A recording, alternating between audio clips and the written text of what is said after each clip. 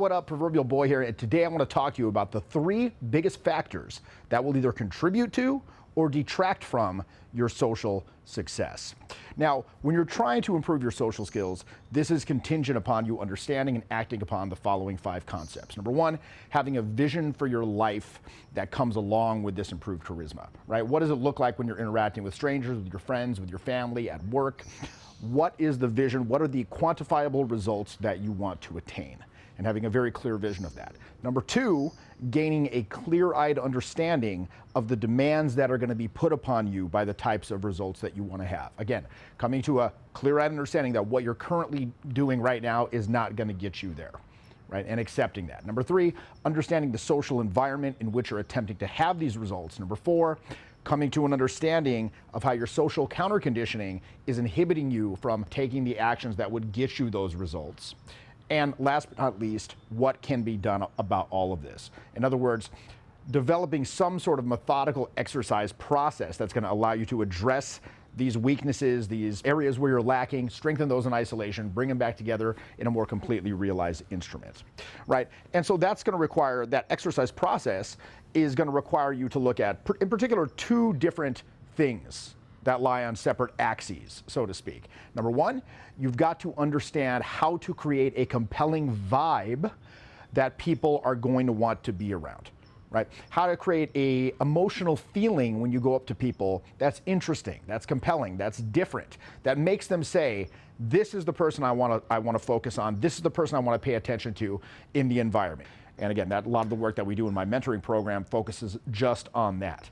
Secondly, you need to understand how to move things along towards your end goal. You need to understand the conventions of the types of interactions that you want to have and how to move along the waypoints. So again, vibe and technique. Now, here's where things get interesting, because even if you know all of the information and you know how to do both of those things, you know the technique, you know how to create a vibe, your success at any moment in time socially, like how are you killing it? Are you in a dry spell? It's going to be contingent upon 3 variables that can wax and wane with time. So these are the 3 things that you want to be monitoring. Number 1, your social momentum. Number 2, your sense of deservedness. And number 3, the strength of your desire. So let's address these one by one. The first one is, of course, social momentum. In other words, how much of a head of steam do you have going? Even when you have attained the skills that you want, you've achieved a level of competence that you're comfortable with and you're happy with, that variable of momentum is still going to be very, very important to determine how well you're going to do on a given night out, on a given week, in a given month, hell, even a given year. So it's very interesting to think about this, because there's 2 kinds of momentum, right? We have micro momentum, and then you have macro momentum. Now with micro momentum, we're talking about your momentum over the course of a given night. Say you go out to a party and you want to mingle at that party, or you go out to some venue and you want to, again, just mingle around and meet a bunch of people. When you first enter that environment, and if you're like most people, 95% of the day that you walk around at your job, or even just conducting errands around town, you're in a very logical headspace. Particularly so if you have a particularly logical job, so you're a software engineer, or you work with numbers all day, sitting in front of a computer, you don't have a lot of social interaction. It's going to be very difficult, at least initially, for you to make that state change, because there's going to be homeostasis. This is something, a powerful inertia to remain in the state that you're currently at, because your brain's like, I'm fine right now. I feel totally fine right now. If I try to do something radically different, push some different energy through my face, voice, and body, try to go up and interact with somebody where I might be judged, I'm definitely going to be observed, potentially judged. There's a lot of uncertainty there. If I go up and do that, I might not feel good. I feel fine now, but if I do that, I might not feel fine. So in order to crack out of that homeostasis, you're going to have to essentially summon up. It's going to take an active will. You're going to have to summon up reserves of willpower and make your feet move. Make your feet move and make your mouth start moving and make noises come out of your mouth while you stand in front of somebody. And you need to do that immediately upon entering the environment in which you want to start mingling with people. right? You shouldn't go check out the bar. You shouldn't go to the bathroom. You shouldn't get yourself a drink. You shouldn't chit chat with your friend that you came with. As soon as you enter that environment, you need to speak to the nearest stranger there. And I don't care if it's someone you really have no interest in having a connection with whatsoever. It could be, an older gentleman. It could be somebody who you don't particularly find necessarily interesting or attractive. It doesn't matter. Just strike up a quick conversation with them to give your brain that proof that it needs to say, okay, I'm going to be okay here. Now, for me, I'll still struggle with that homeostasis even 20 years deep. And people often are surprised when I say that. They're like, Jeff, you've been doing this for 20 years. Really? You still have this kind of anxiety when you go out? And the answer, quite frankly, is yes. Now, I've learned how to manage that. I've changed my relationship with uncertainty. And so I wouldn't categorize it so much as fear. I'm not like allowing anxiety to grab hold of me, because I have a level of awareness where I know that these triggers have been installed in my amygdala. Insofar as neuroscience is concerned, once those triggers are installed, they are indelible. And that's a good thing for many reasons, to protect us from not having to learn the same dumb, make the same dumb mistakes over and over that can harm us. But in a situation like social anxiety, the danger is somewhat arbitrarily related to reality. So it's not necessarily a super helpful anxiety trigger. But again, it's there. It's there. I know it. I know if I wait and allow it to grab hold, there's going to be that kind of emotional refractory period where it hijacks my RAS. I'm not able to even process information that would contradict that state, and now you're in it. So I know from experience, as soon as I get in there, I need to start taking action and start building up that momentum. Now, for me personally, it typically takes about 1 or 2 interactions for me to remember. It's like I'll speak to somebody and I'll be like, oh yeah, right. I'm fucking hilarious and awesome. What was I thinking? Dun, dun, dun, time to terrorize. And I just start, moving around the environment and tearing shit up. So, and just delighting everyone around me with my sparkling witticisms and bon mots. But for others it might take longer. Historically, my friend Owen, he is notorious for taking hours sometimes to build sufficient momentum to get to a headspace where he was like, again, the sparkling, the sparkling social butterfly that we all know and love, right? So you just got to understand that micro momentum over the course of an evening is very important. And this means that you don't want to waste time in between interactions. If you talk to someone and they leave, don't stand around for 5 minutes and do something else. Try to hit a nice rhythm where you're like, again. You're just meeting a lot of people, you're rolling all over, you're talking to everybody, and before you know it, you're kind of in that zone, that flow state where everything just seems like it's happening through you, right? So again, that's micro momentum. But then you also want to think about macro momentum on a larger scale. Like, how frequently are you engaging in social interaction with random strangers that, people you don't know well, at least. Could be acquaintances. You go to a party where you know a couple people there, but you don't know everyone else there. Well, what happens when that person that you know excuses themselves to say hello to someone they know and leaves you there by themselves, or they go to the restroom or something? And now you're just like, they're like, durr. No. You want to be in a situation where you can mingle around in that party. So again, how often are you putting yourself in those types of situations? How often are you going out simply with the goal of socializing? So one thing, when I do personal live trainings, one thing that I always say at the end of the program is, look, this program wasn't a magical pill, okay? I'm not here to wave a magic wand over you and poof, you're transformed by the musky power of love into, the Don Juan from the annals of history, right? That's not what this is. Like, this instantaneous transformation. Again, using the gym analogy, it's more like going to a personal trainer. They're going to look at you, see where your imbalances are. They're going to develop a program for you, work around any injuries. They're going to show you how to perform the repetitions. They're going to show you the proper form. They're going to walk through it with you a few times over the course of a couple days. They're going to tell you about diet, nutrition, supplementation, how to use the equipment, et cetera, the importance of rest. They're going to give you all this information, run you through it a bit, but then it's going to be up to you in the days, weeks, months subsequent to that session with the trainer to continue to perform the repetitions, to continue to follow the program, and again, just build upon the momentum. So these programs, they're really like an orientation, like you were facing this way. Over there's Chodeville. No, you don't want to be in Chodeville, okay? Down there is, Alphaville, or if you want to be more than an alpha male, you could be a Morbius male. where you're just a Morbius beast, you're morbidly obese, and you can be down. You want to be down there. Okay, so again, orientation off to Morbius land, and you'll be totally morbid. And then you have a massive boost of momentum. So you want to take that momentum and run with it. And we'll very frequently recommend that you do what we call a 30-day challenge, where you go out for 30 days subsequent to the program, and you, again, just go out and just meet people every day for, make it a priority to go out and at least meet a few people. It doesn't need to be these marathon sessions like we do on the program. We're out for 4 hours and just banging the guns. Because on the program we want to get as many iterations as possible, just so I can get data points and give you actionable feedback, and so you can start to see the patterns emerge.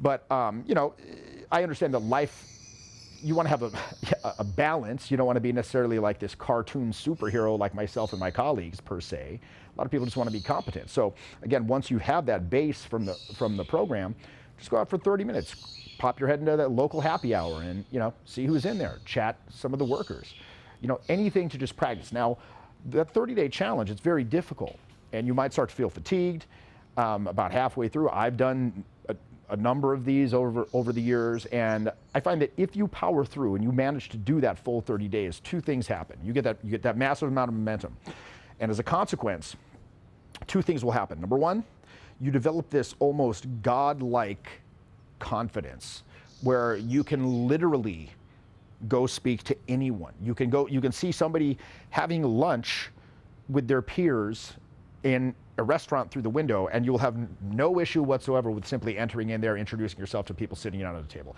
So you develop this godlike confidence where you're able to literally talk to anybody without any consideration or care at all, because you've given yourself so much proof that you've literally sort of just shoved that anxiety trigger down into the basement, into the absolute recesses of your subconscious, where it's like tied up, chained up, muffled, and it's like thrown in some sort of trunk and locked and then thrown into the ocean. Still there, under extreme stress, it might resurface. And if you stop going out and you take something of a hiatus, it might kind of claw its way back out, but you will have essentially made it effectively go extinct. So that's number one. Number two, you will begin to become quite ruthless when you see windows of opportunity forming. When you start to see that the client is ready to sign on the dotted line, or when you see that the person's very open to your advances and they're very eager, you'll be like, you know what, let's go. You won't beat around the bush, because a lot of times, personally, I've struggled with this both when I'm like selling from a stage, and also when I'm trying to date somebody. I'm like, okay, I see the window of opportunity here, but perhaps if I present the invitation, they might say no, and then I'll lose the validation, right? Or for example, if I'm giving a presentation, I'll be like content, essentially putting on an absolute banger of a show. People are loving it, they're laughing, rolling in the aisles, entranced, writing, taking notes, loving the information. And then I'm like, okay, now it's time to shift gear into the close, right? Time to ask them like, hey, so do you want to take my program? I'm here this weekend. And I'll be like, and there's like a slight change in the tonality where you can kind of see them like, okay, now it's time to pull the trigger, and they can sense that as well. So, or maybe I don't do it at all, and then I miss the window of opportunity.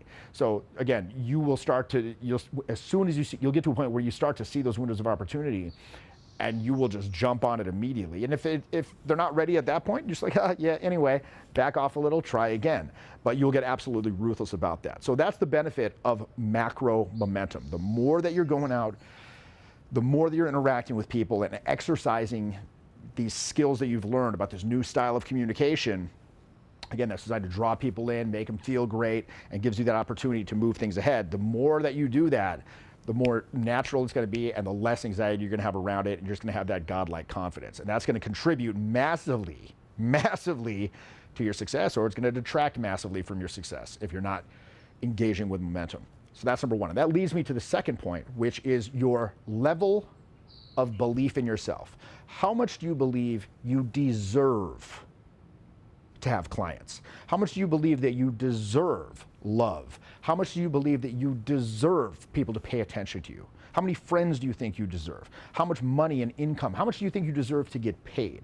So your level of deservedness, or some might call it like entitlement, is absolutely essential to your social success. And this variable, again, this is the second variable. First, how high is your momentum? Second, how high is your deservedness at any moment in time?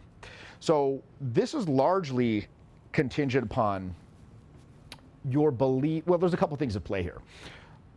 First is, do you know, like, and this is one of the things that I'm always asking clients, do you, like, if I were to ask you right now, why would it be a good idea for clients to purchase your product?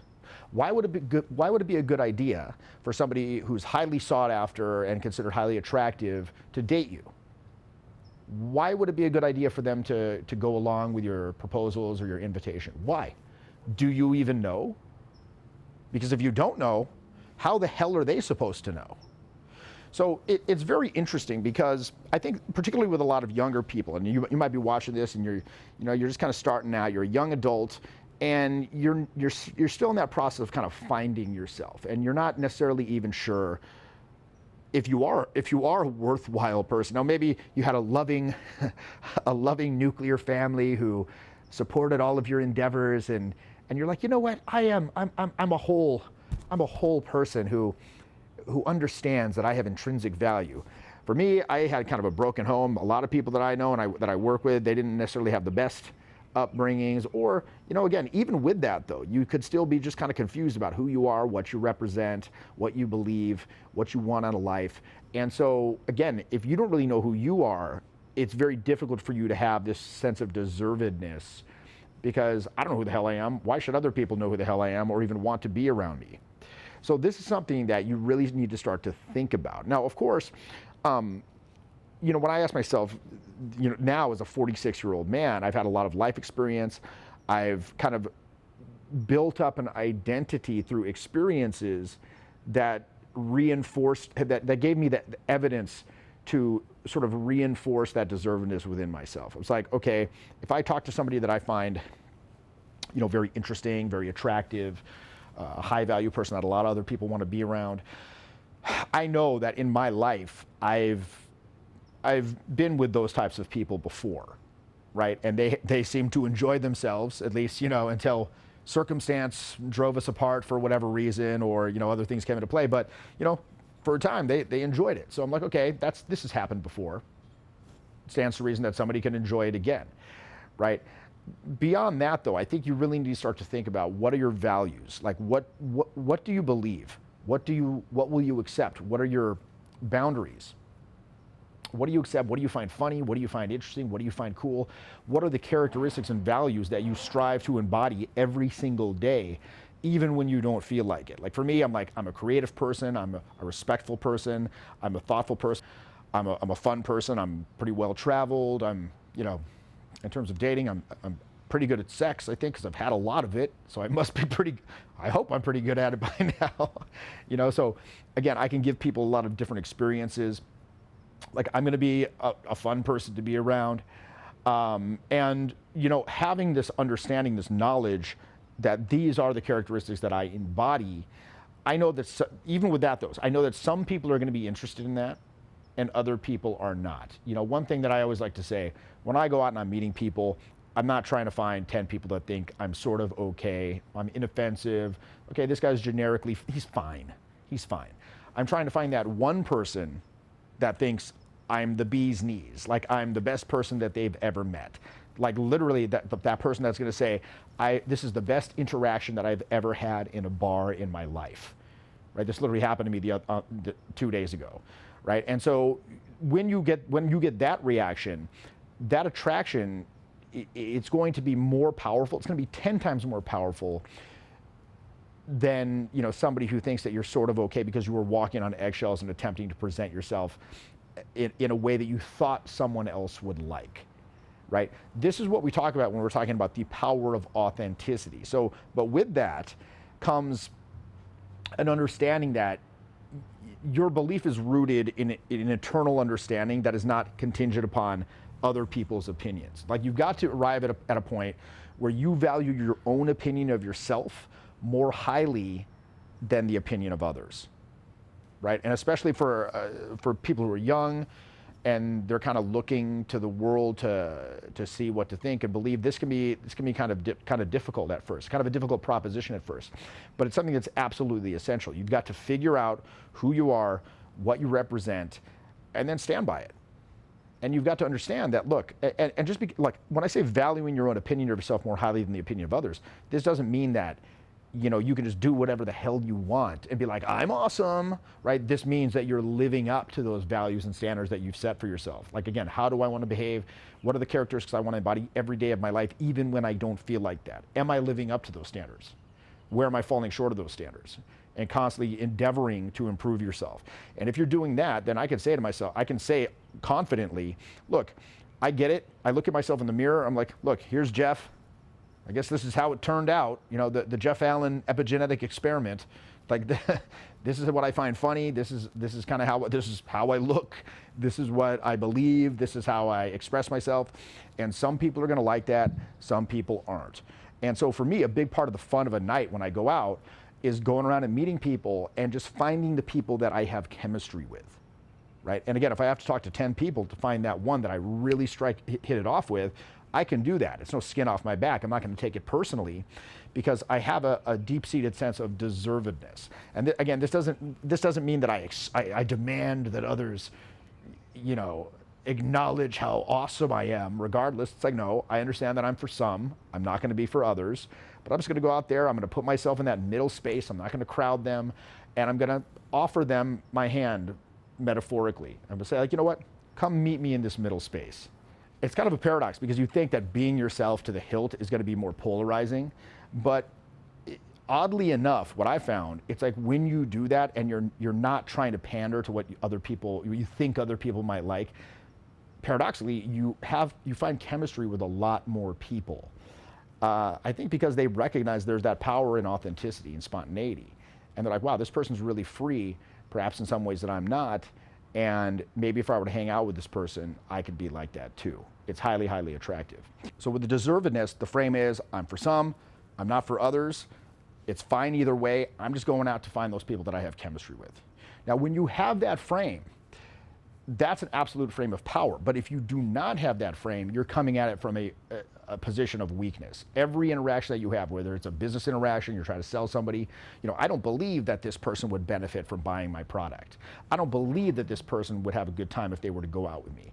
You're coming at it from a complete position of weakness. And you might try little tricks, you know, like little tricks I learned on some sort of sales seminar to get around objections in a tricky way, or, you know, some sort of tricks that I used in dating to, like, hey, after party, false time constraint, you can only stay 5 minutes, you know, and it might work, but at that point it's just a numbers game, and it's really not even a good feeling when it does work, because, you know, you're kind of thinking, I got over on him, I got over on this person, you know, and it's only in fact, even the success is reinforcing your lack of deservedness, you know. But when you have that frame, you're like, again, for some, not for others. It's cool either way. I'm going to find those I have chemistry with. You're coming from an absolute place of power. And then when you do find those people that you have chemistry with, it's just a matter of, hey, let's get out of here. Let's go. Hey, okay, so how do you want to pay for this? You got a credit card? Boom. And it's just a done deal. You believe it. You know the value proposition, you present it as such, and then it's just like, boom, let's go. Now, so again, we've got momentum, we've got deservedness, and the last sort of nebulous variable that can go up and down and fluctuate that really contributes to your success or failure in your social skills and your social life really is your desire. The OG self-help author Napoleon Hill said, desire is the starting point of all achievement. Not a hope, not a wish, but a keen, pulsating desire that transcends everything. In other words, how bad do you want it? And very often I see people and they come on these programs and it's sort of like it's a should, but it's not a must. Like, you know, I should learn this stuff. I should get better at this, but you know, maybe my friends will think it's cool, or, you know, I think it's really something that I should get around to doing. But they don't have that severe amount of emotional leverage that makes it an absolute must. Like, this has to get handled come hell or high water, or else my life has no meaning, essentially. Like, I don't care what it takes.